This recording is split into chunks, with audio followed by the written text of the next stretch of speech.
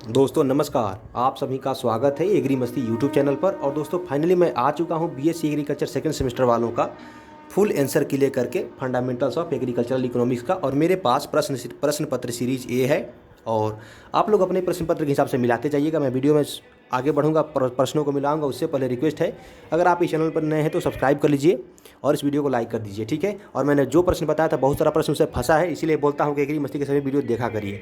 अब दोस्तों पहला प्रश्न पे चलते हैं। प्रश्न में पूछा गया तो दुर्लभ संबंधी परिभाषा दी गई थी दोस्तों। ये आपका इसका राइट आंसर होगा ऑप्शन डी, यानी इसका जो राइट आंसर होगा ऑप्शन डी होगा, ठीक है। लियोनेल रॉबिन्स के द्वारा दिया गया। और नेक्स्ट है जो दूसरा प्रश्न है, अर्थशास्त्र का जनक है दोस्तों, इसका राइट आंसर होगा ऑप्शन ए यानी एडम स्मिथ। और तीसरा है वेल्थ ऑफ नेशन पुस्तक किसने लिखी थी दोस्तों, ये मेरे द्वारा बताया गया प्रश्न है। ये 1776 ईस्वी में प्रकाशित हुई थी, इसका राइट आंसर हुआ ऑप्शन बी। और नेक्स्ट है अर्थशास्त्र की विषय वस्तु संबंध रखती है, तो चौथा प्रश्न का आपका राइट आंसर हो जाएगा ऑप्शन डी अनुपयुक्त सभी से रखती है।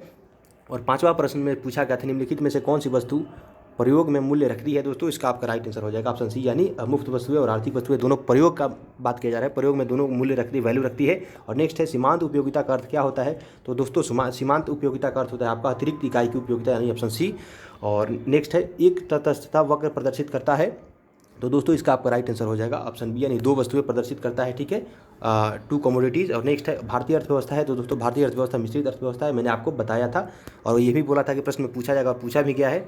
और आगे जो आपका पेपर होने वाला है उसका भी वीडियो चैनल पे डाला जाएगा और डाला जा चुका है, तो उसको जरूर देखिएगा, बहुत सारे प्रश्न फंसेंगे। और नेक्स्ट है निम्नलिखित में से कौन प्रत्यक्ष उपभोग से संबंधित है दोस्तों, प्रत्यक्ष उपभोग से संबंधित कौन सा है, तो भोजन है, ठीक है। प्रत्यक्ष यहाँ पर डायरेक्ट का बात किया जा रहा है, इसलिए इसका राइट आंसर हुआ ऑप्शन ए। और नेक्स्ट है 10 नंबर, घटती हुई सीमांत उपयोगिता का नियम प्रयोग होता है दोस्तों, ये 10वां प्रश्न का आपका राइट आंसर हो जाएगा ऑप्शन बी, यानी उपभोग के लिए, ठीक है, कंजप्शन के लिए। और नेक्स्ट है सम सीमांत उपयोगिता का नियम अन्य नाम से जाना जाता है, तो दोस्तों 11वां प्रश्न का आपका राइट आंसर हो जाएगा ऑप्शन ई, यानी अधिकतम संतुष्टि का नियम। और नेक्स्ट है उपभोक्ता की बचत अवधारणा की गई दोस्तों, इसका आपका राइट आंसर हो जाएगा 12 नंबर का ऑप्शन डी, यानी मार्शल के द्वारा। और नेक्स्ट है गणवाचक उपयोगिता दी गई दोस्तों, तो 13 नंबर प्रश्न का आपका राइट आंसर हो जाएगा ऑप्शन बी, यानी मार्शल द्वारा, ठीक है। और नेक्स्ट है 14 नंबर, तटस्थता वक्र हमेशा कैसा होता है, तो 14 नंबर का आपका राइट आंसर हो जाएगा ऑप्शन ए, यानी मूल्य बिंदु के नदोत्तर, यानी कन्वेक्स टू द ओरिजिन। और नेक्स्ट है मांग के नियम के अनुसार कीमत और मांग के बीच संबंध कैसा होता है, तो संबंध उल्टा होता है, इन्वर्स होता है, इसलिए इसका राइट आंसर हुआ ऑप्शन ए। और नेक्स्ट है मांग के नियम के अनुसार जब कीमत गिरती है तो मांग क्या हो जाती है दोस्तों, मांग विस्तृत हो जाती है, यानी मांग बढ़ जाती है, ठीक है। 16 का आपका राइट आंसर हुआ ऑप्शन बी, ठीक है। और 17 नंबर को देखते हैं। 17 नंबर में पूछा गया यदि विद्युत बता दिया मैंने, अगर मोटर कार की कीमत गिरती है तो पेट्रोल की मांग कैसी होगी, जब कार का रेट कम होगा तो बहुत लोग कार खरीदेंगे, तो जो डीजल पेट्रोल का मांग होगा वो बढ़ जाएगा, ठीक है। 17 नंबर का राइट आंसर हुआ ऑप्शन ए। और 18 नंबर में पूछा गया था मांग का नियम है दोस्तों, मांग का नियम क्या है, एक सामाजिक नियम है, ठीक है, शर्तवाचक नियम है, मैं आपको गलत बता रहा हूँ। तो 18 नंबर प्रश्न इसका आपका राइट आंसर हो जाएगा ऑप्शन सी, ठीक है, ध्यान दीजिएगा। और नेक्स्ट देखते हैं, यहाँ तक हो गया 18 नंबर तक। और 19 नंबर देखते हैं गिफेन वस्तुएं कैसे हैं, तो ये घटिया वस्तुएं हैं, मैंने आपको ये प्रश्न बताया था और इसको पूछा गया है। और नेक्स्ट है 20 नंबर में क्रमवाचक उपयोगिता विश्लेषण किसने दिया, तो दोस्तों 20 नंबर का आपका राइट आंसर हो जाएगा ऑप्शन ई, यानी ये हिग्स एवं एलन द्वारा दिया गया था, ठीक है, ये मैंने आपको बताया था और ये आया भी है। और नेक्स्ट है प्रतिस्थापन के लिए आड़ी मांग वक्र कैसा होता है, तो दोस्तों ये 21 नंबर जो प्रश्न है इसका आपका राइट आंसर हो जाएगा ऑप्शन सी, ठीक है, ऑप्शन सी इसका राइट आंसर हो जाएगा। और नेक्स्ट है पूर्णतया बेलोचदार मांग के संदर्भ में लोच होती है, तो दोस्तों 22 नंबर जो प्रश्न है इसका आपका राइट आंसर हो जाएगा ऑप्शन सी, यानी ई इक्वल टू 0, ठीक है। और नेक्स्ट है पूर्णतया लोचदार मांग के संदर्भ में लोच होती है, तो दोस्तों इसका आपका राइट आंसर हो जाएगा ऑप्शन डी देश का, यानी ई इक्वल टू इन्फिनिटिव, ठीक है। और नेक्स्ट है यदि किसी वस्तु की कीमत में 5% परिवर्तन होने पर मांग की मात्रा में 15% परिवर्तन होता है, तो ये जो 24 नंबर प्रश्न है ये बहुत हल्का प्रश्न है, इसलिए मैंने इसका उत्तर नहीं इसका उत्तर आपको नहीं बताऊंगा, क्योंकि मेरे पास इसका उत्तर नहीं है, ठीक है। जिसको पता हो वो लोग कमेंट करके बता दीजिएगा। एक्चुअली ये हल्का नहीं है, बहुत टफ प्रश्न है, न्यूमेरिकल टाइप प्रश्न है। और तो 24 नंबर प्रश्न का उत्तर मेरे पास नहीं है, जिसके पास है वो कमेंट में दीजिएगा, मैं उसको कमेंट में पिन कर दूंगा, सबसे ऊपर आ जाएगा, ठीक है। और नेक्स्ट है 25 में पूछा गया था श्रम को अलग नहीं किया जा सकता दोस्तों, श्रम को श्रमिक से अलग नहीं किया जा सकता, इसको भी मैंने बताया था, ठीक है। और ये प्रश्न पूछा गया है। नेक्स्ट है पूंजी के लिए पुरस्कार है, तो दोस्तों पूंजी के लिए पुरस्कार क्या है, ब्याज जो होता है पूंजी के लिए पुरस्कार होता है। 26 का राइट आंसर ऑप्शन सी। भूमि के लिए दिया गया पुरस्कार क्या होता है दोस्तों, तो 27 नंबर का आपका राइट आंसर हो जाएगा ऑप्शन डी, यानी रेंट, ठीक है। और 28 नंबर पूछा गया था निम्नलिखित में से कौन सा एक अस्थायी लागत का उदाहरण है। तो दोस्तों यहाँ पे अस्थायी लागत का उदाहरण पूछा गया था। तो ठीक है, तो अस्थायी लागत का जो 28 नंबर का आपका राइट आंसर हो जाएगा। इसमें कन्फ्यूजन है लेकिन ये ऑप्शन सी हो सकता है। ठीक है, घिसावट के ये डायरेक्ट नहीं होता है, ये इनडायरेक्ट होता है, धीरे धीरे होता है। और हाँ यही होगा, ये घिसावट ही होगा। ठीक है, 90% चांस है। फिर भी अगर किसी को कन्फ्यूजन हो और राइट आंसर पता हो तो आप लोग कमेंट कर दीजिएगा, लेकिन मेरे हिसाब से 90% घिसावट ही होगा। और नेक्स्ट है, जब सीमांत आय शून्य हो तो कुल आय कैसी होती है। तो 29 नंबर का आपका राइट आंसर हो जाएगा ऑप्शन बी, यानी दोस्तों ये जो है अधिकतम हो जाती है, बढ़ जाती है, मैक्सिमम। और नेक्स्ट है, एकाधिकार के अंतर्गत लाभ को अधिकतम किया जा सकता है। तो दोस्तों इसका आपका राइट आंसर हो जाएगा 30 नंबर प्रश्न का सी, यानी MC = MR। ठीक है, और नेक्स्ट देखते हैं। नेक्स्ट है, पूर्ण प्रतियोगिता में मांग का वक्र का आकार होता है दोस्तों। तो ये कैसा होता है, जो 31 प्रश्न है इसका आपका राइट आंसर हो जाएगा ऑप्शन बी, यानी एक्स अक्ष के समानांतर। और नेक्स्ट देखते हैं, एक वस्तु की आपूर्ति में वृद्धि का कारण क्या होता है। तो दोस्तों इसकी जो कीमत होती है उसमें कमी आ जाती है। 32 का ऑप्शन बी राइट आंसर हुआ। और नेक्स्ट है, एक फर्म कीमत पर नियंत्रण नहीं रखती। तो दोस्तों 33 नंबर का आपका राइट आंसर हो जाएगा ऑप्शन बी, यानी पूर्ण प्रतिस्पर्धा में। ठीक है। और नेक्स्ट है 34 नंबर, उत्पादन लागत में कमी से आपूर्ति। तो ये जो 34 प्रश्न है इसका आपका राइट आंसर हो जाएगा ऑप्शन बी, यानी डिक्रीज होती है, घटती है। और नेक्स्ट है, जनसंख्या का सिद्धांत किसने दिया। तो दोस्तों माल्थस ने दिया था, मैंने आपको इसको बताया था और ये भी बोला था कि पेपर में आएगा और आया भी है। तो आगे भी आपको बता दे रहा हूँ कि जितना भी आपका पेपर होने वाला है सेकंड सेमेस्टर का, उसका सभी का वीडियो मैं इस चैनल पे डालता हूँ और बहुत सारे लड़के देखते भी हैं तो उनको पता होगा। फिर भी अगर आप नहीं देखते हैं तो देखा करिए, निश्चित ही आपके लिए पेपर बहुत अच्छा आसान हो जाएगा अगर आप हमारे वीडियो को देखेंगे तो। ठीक है, नेक्स्ट देखते हैं, राष्ट्रीय आय का तात्पर्य क्या है। तो दोस्तों 36 नंबर जो आपका प्रश्न है इसका राइट आंसर हो जाएगा ऑप्शन सी, यानी बाजार कीमत पर शुद्ध राष्ट्रीय उत्पाद। ठीक है, NNP एट मार्केट प्राइस। और नेक्स्ट है, सकल घरेलू उत्पाद और शुद्ध घरेलू उत्पाद के बीच अंतर क्या होता है। तो दोस्तों ये जो 37 नंबर प्रश्न है इसका आपका राइट आंसर हो जाएगा ऑप्शन ए, यानी प्रत्यक्ष कर, डायरेक्ट टैक्स। ठीक है। और नेक्स्ट देखते हैं, शुद्ध राष्ट्रीय उत्पाद बराबर होता है। तो दोस्तों शुद्ध राष्ट्रीय उत्पाद बराबर क्या होगा, 38 नंबर का आपका राइट आंसर हो जाएगा ऑप्शन ए, यानी सकल राष्ट्रीय उत्पाद प्लस घिसावट। और नेक्स्ट देखते हैं, राष्ट्रीय आय की गणना करने की विधि है। तो दोस्तों राष्ट्रीय आय गणना करने की विधि कौन सी है। तो इसका आपका राइट आंसर हो जाएगा ऑप्शन बी, यानी व्यय विधि। ठीक है।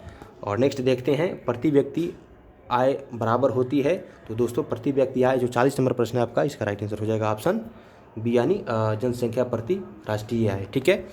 और दोस्तों अगर आप अभी तक इस वीडियो को लाइक नहीं किए हैं तो लाइक कर दीजिएगा और चैनल को अवश्य सब्सक्राइब करिएगा, ताकि आगे जितने भी पेपर्स होने वाले हैं उसका वीडियो आपको आसानी से मिलती रहे। मैं आपके लिए बता रहा हूँ। ठीक है। और PDF नोट्स भी आपको दिया जाता है इस चैनल के माध्यम से टेलीग्राम चैनल पे, जो कि टेलीग्राम चैनल का लिंक है वो भी आपको डिस्क्रिप्शन में मिल जाएगा। तो वहाँ भी आप ज्वाइन करके PDF नोट्स प्राप्त कर सकते हैं, तो आपके लिए पेपर बहुत आसान हो जाएगा। नेक्स्ट देखते हैं, भारत में राष्ट्रीय आय की गणना की जाती है। तो दोस्तों भारत में राष्ट्रीय आय गणना किस पे की जाती है। तो ये जो 41 नंबर प्रश्न है इसका आपका राइट आंसर हो जाएगा ऑप्शन है, यानी वर्तमान कीमत पर की जाती है, करेंट प्राइस पे। और नेक्स्ट है, मुद्रास्फीति की स्थिति में। तो दोस्तों ये जो 42 नंबर प्रश्न है इसका आपका राइट आंसर हो जाएगा ऑप्शन बी, यानी मुद्रास्फीति में क्या होता है, मुद्रा का मूल्य क्या होता है, मुद्रास्फीति की स्थिति में दोस्तों क्या होता है, मैंने इस प्रश्न को बताया था। इन केस ऑफ इन्फ्लेशन मुद्रा का मूल्य जो है गिरता है। ठीक है, इसका राइट आंसर हो जाएगा ऑप्शन है, सॉरी मैं आपको भी बता रहा था। तो जो 42 नंबर प्रश्न इसका आपका राइट आंसर हो जाएगा ऑप्शन ए, यानी मुद्रा का मूल्य जो होता है वो गिर जाता है, क्योंकि क्या होता है कि जो मुद्रा को बाज़ार में ज़्यादा सप्लाई कर दिया जाता है तो वैल्यू होता है उसका कम हो जाता है। और नेक्स्ट है, निम्नलिखित में से किसे मुद्रास्फीति से सर्वाधिक लाभ होता है। तो दोस्तों जो भी लोन लिया हुआ होता है, ऋणी होता है, उसको सबसे ज़्यादा लाभ होता है मुद्रास्फीति में। और नेक्स्ट है, निम्नलिखित में से कौन सा सबसे अधिक तरल संपत्ति वाला माना जाता है। तो दोस्तों जो 44 नंबर प्रश्न है इसका आपका राइट आंसर हो जाएगा ऑप्शन बी, यानी मुद्रा। ठीक है। और नेक्स्ट है, प्राचीन पुस्तक अर्थशास्त्र के लेखक कौन है। तो दोस्तों जो 45 नंबर प्रश्न है इसका आपका राइट आंसर हो जाएगा ऑप्शन बी, यानी चाणक्य। ठीक है, प्राचीन अर्थशास्त्र का पूछा जा रहा है यहाँ पे, प्राचीन पुस्तक अर्थशास्त्र। और भारतीय रिजर्व बैंक की स्थापना दोस्तों कब की गई। तो इसका स्थापना 1935 ईस्वी में हुआ था। ठीक है, ये भी काफ़ी कॉमन प्रश्न था। और नेक्स्ट है, GST किसके लिए प्रयोग किया जाता है दोस्तों। तो GST जो होता है वो वस्तुओं और सेवाओं के लिए किया जाता है, यानी गुड्स एंड सर्विस टैक्स। ठीक है, GST का मतलब ही होता है गुड्स एंड सर्विस टैक्स। और नेक्स्ट है, भारत में GST प्रभाव में आया। तो दोस्तों भारत में GST जो है वो जो आपका ये 48 नंबर प्रश्न है इसका आपका राइट आंसर हो जाएगा ऑप्शन डी, यानी 1 जुलाई 2017 से। ठीक है। और नेक्स्ट है, निम्नलिखित में से कौन एक अप्रत्यक्ष कर है। तो दोस्तों अप्रत्यक्ष कर कौन सा है। तो वैल्यू एडेड टैक्स, यानी मूल्य वर्धित, यानी 49 का आपका राइट आंसर हुआ ऑप्शन डी। और बाकी सब जो है वो डायरेक्ट टैक्स है, लेकिन जो ये है वैल्यू एडेड टैक्स, ये इनडायरेक्ट टैक्स होता है। 50 नंबर में पूछा गया था, रिकॉर्ड के अनुसार लगान उत्पन्न होता है।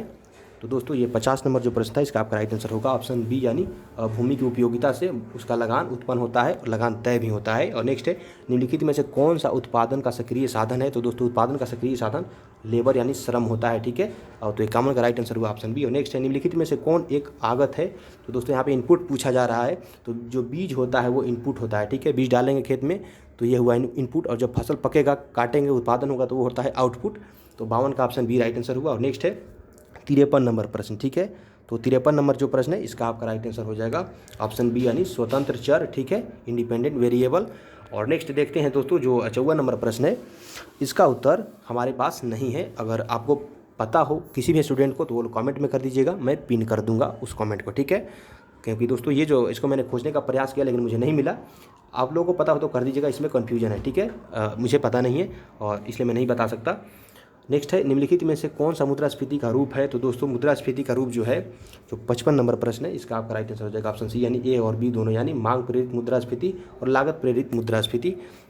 और नेक्स्ट है, सूक्ष्म अर्थशास्त्र खाली स्थान के स्वभाव का अध्ययन करता है। तो दोस्तों 56 नंबर जो प्रश्न है इसका आपका राइट आंसर होगा ऑप्शन ए, यानी व्यक्तिगत इकाई का, ठीक है, इंडिविजुअल यूनिट का। और नेक्स्ट है 57 नंबर, दुर्लभता से पर्याप्त तात्पर्य है। तो दोस्तों दुर्लभता से क्या तात्पर्य है? तो इस साधनों का अभाव से है, ठीक है। और देखते हैं 58 नंबर, जब कुल उपयोगिता घटती दर से बढ़ रही है तो सीमांत उपयोगिता क्या होगी? तो 58 नंबर जो प्रश्न है इसका आपका राइट आंसर होगा ऑप्शन डी, यानी घट रही होती है, डिक्रीज होती है। और 59 नंबर प्रश्न है, माइक्रो जिसका अर्थ सूक्ष्म है संबंधित है। तो दोस्तों ये किससे संबंधित है? तो ये 59 नंबर प्रश्न इसका आपका राइट आंसर हो जाएगा ऑप्शन डी, यानी ग्रीक से, ठीक है। और नेक्स्ट है, कौन सी अर्थव्यवस्था निजी और सार्वजनिक दोनों के अस्तित्व को दर्शाता है या बात करता है? तो दोस्तों मैंने आपको इसको बताया था, जो मिश्रित अर्थव्यवस्था होता है इसमें दोनों को दर्शाया जाता है। दोस्तों मैं आशा करता हूँ कि आपको ये वीडियो पसंद आया होगा। इसी तरह के वीडियो और सिलेबस वाले वीडियो, पेपर वाले वीडियो देखने के लिए हमारे चैनल को सब्सक्राइब करें। इस वीडियो को ही समाप्त करते हैं, मिलते हैं अगली वीडियो में, तब तक के लिए आप सभी का बहुत बहुत धन्यवाद।